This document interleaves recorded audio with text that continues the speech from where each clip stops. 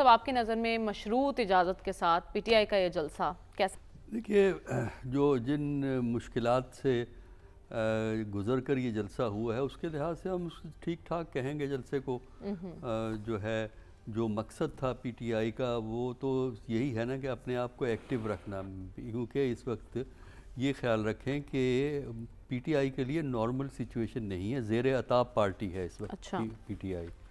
تو ایسی صورت میں جو بھی انہوں نے کیا وہ اپنے آپ کو ایکٹیو رکھنے کے لیے کیا, نہ اس سے کوئی عوامی تحریک چل سکے گی. عوام تو نہ اپوزیشن کے لیے تحریک چلائیں گے نہ گورنمنٹ کے لیے. اگر گورنمنٹ بھی کبھی گری تو گورنمنٹ کو بچانے کے لیے بھی عوام نہیں آئے گا, کیونکہ عوام میں عدم وابستگی کا رجحان ہے, نا امیدی کا رجحان ہے کہ وہ کوئی بھی ہو ہم خراب ہوتے ہیں. یعنی آپ کہہ رہے ہیں ان جلسوں سے جو پی ٹی آئی مقاصد حاصل کرنا چاہتی ہے وہ نہیں حاصل ہوں گے؟ دیکھیں پی ٹی آئی جو مقصد حاصل کرنا چاہتی ہے وہ اپنی پارٹی میں مومنٹم رکھنا چاہتی ہے تاکہ ان کے ورکر نا امید نہ ہوں, ورکر کو یہ پتہ ہو کہ ان کی لیڈرشپ موجود ہے, ایکٹیو ہے اور وہ کوشش کر رہی ہے. صرف یہ ہمیں مقصد ان کا حاصل ہوتا ہوا نظر آتا ہے. جہاں تک عوامی تحریک کا تعلق ہے, عوامی تحریکیں وہاں چلتی ہیں جہاں نظریہ ہو, عوامی تحریک قیادت کا بھی فیکٹر ہوتا ہے, اور عوامی تحریکیں وہاں نہیں چلتی جہاں اتنا ڈویژن ہو آپس میں جتنی پاکستان کے اندر ہے, اور عوام میں یہ امید ہو کہ ان کا مستقبل بہتر ہو سکتا ہے. عوام میں کوئی امید نہیں ہے ان کے مستقبل کو بہتر ہونے کی. لیکن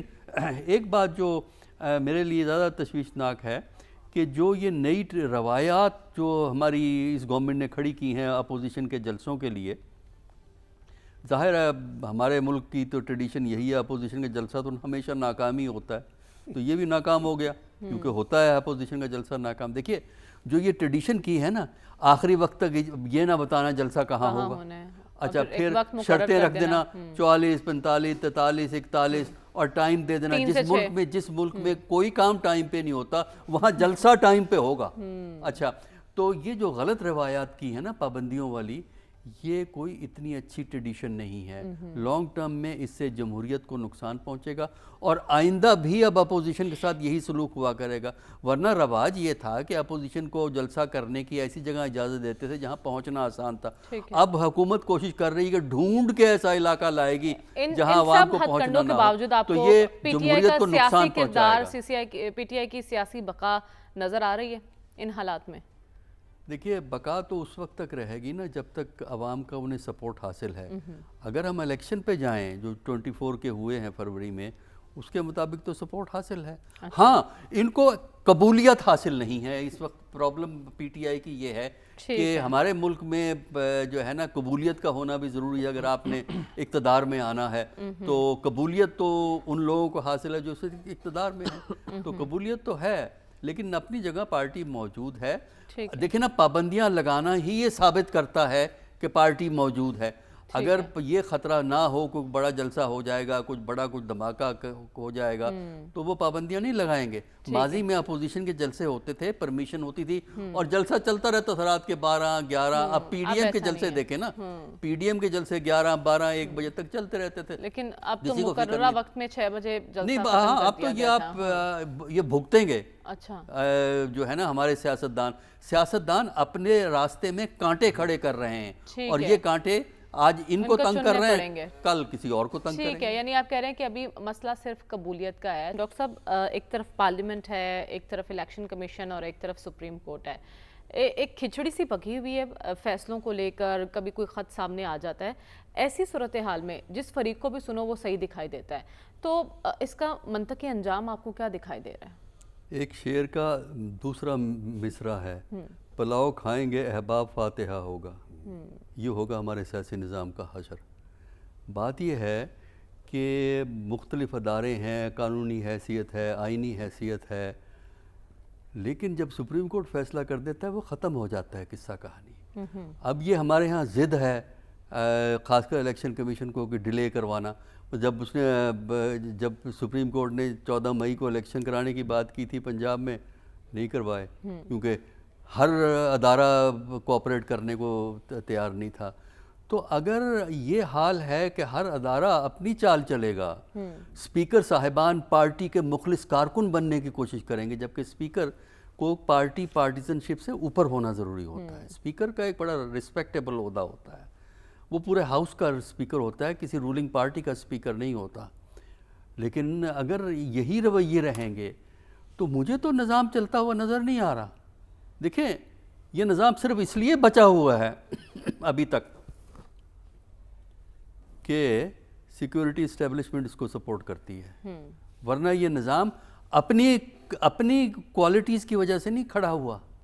جو یہ حال ہوا ہوا ہے اس ملک میں کہ کوئی کام ہو اپوزیشن کے تو جلسے ٹائم پہ کرنے ہیں، باقی کوئی کام ٹائم پہ نہیں کرنا. وہ میں نے آج سے جس دن یہ ججمنٹ آیا تھا، وہ ایکسپلینیشن آئی تھی سپریم کورٹ کی طرف سے، میں نے اسی دن کہا تھا کہ الیکشن کمیشن اس کو ڈیلے کرے گا، اس کو امپلیمنٹ نہیں کرے گا، کیونکہ اس کو امپلیمنٹ کرنے کا مقصد یہ ہے کہ جو اس وقت رولنگ گروپ ہے ان کو نقصان ہوتا ہے. چونکہ ان کو نقصان ہے اس فیصلے سے، لہٰذا یہ امپلیمنٹ نہیں ہوگا. اس کا کیا مطلب ہوا؟ اس کا مطلب تو بڑا واضح ہے کہ جن کے پاس قوت ہے وہ اپنی قوت کو اپنی مرضی سے استعمال کریں گے. جب تک وہ اس کو استعمال کے قابل ہوں گے یہ نظام قائم ہے. جس دن یہ قوت سلپ کرے گی ہر چیز گر جائے گی. تو یہ افسوس کی بات ہے. دیکھیے ہمارے ہاں لیڈرشپ کو ایک عام سیاستدان میں اور اسٹیٹس مین میں بیسک فرق یہ ہے کہ اسٹیٹس مین ایک لانگ ٹرم پرسپیکٹیو رکھتا ہے، دور تک دیکھتا ہے، دور تک سوچتا ہے، ایک ویژن ہوتا ہے، اسے آج کے نہیں آئندہ کی بھی فکر ہوتی ہے آج کے علاوہ. لیکن ہمارا جو سیاستدان ہے وہ تو یہ ہے کہ صبح سے شام تک میں اپنا ڈنکا بجاتا رہوں اور اپنے مخالف کی ٹانگیں کھینچتا رہوں، بس یہ ہے.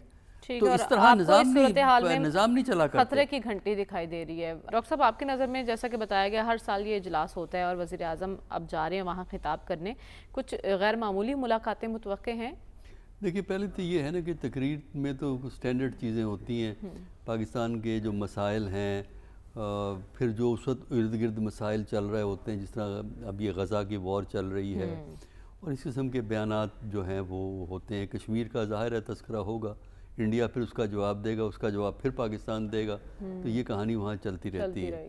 لیکن اس کا جو فائدہ جو زیادہ ہمیں نظر آتا ہے وہ یہ ہے کہ سائیڈ لائنز پہ ملاقاتیں ہو جاتی ہیں، کیونکہ یہ سالانہ اس کو کہنا چاہیے ڈپلومیسی میلہ کہتے ہیں اس کو.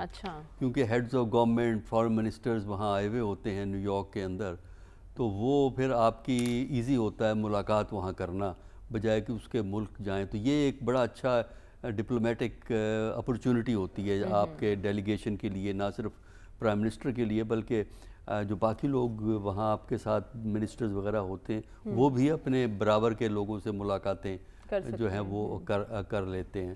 تو اس لحاظ سے یہ ایک اچھا موقع ہے.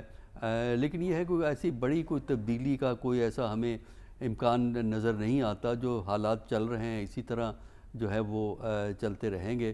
صرف دیکھنا یہ ہوتا ہے کہ آپ کی جب سپیچ ہو رہی ہوتی ہے، یعنی آپ کے جو ہیڈ آف اسٹیٹ کی، ہیڈ آف گورنمنٹ کی، تو اس وقت وہاں اس کا جو جنرل اسمبلی کے ہال میں بیٹھے کتنے ڈیلیگیشنز ہوتے ہیں، یہ بھی ایک بڑا اہم ہوتا ہے.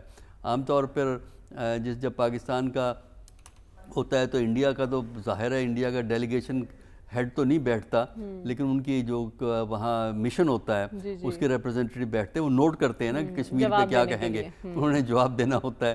تو یہ ایک بڑی انٹرسٹنگ چیزیں ہوتی ہیں. جب فلسطینی بول رہے ہوتے ہیں تو اسرائیلی تیار ہوئے بیٹھے ہوتے ہیں، وہ نوٹس لے رہے ہوتے ہیں کیونکہ انہوں نے ان کے جواب دینے ہوتے ہیں. لیکن یہ ایک اچھا اپرچونٹی ہوتی ہے. ٹھیک ہے، ہمارے ہیڈ آف گورنمنٹ اور ہیڈ آف اسٹیٹ کو جو بھی انچارج ہوتا ہے اس کو جانا چاہیے اور وہاں ملاقاتیں کرنی چاہیے.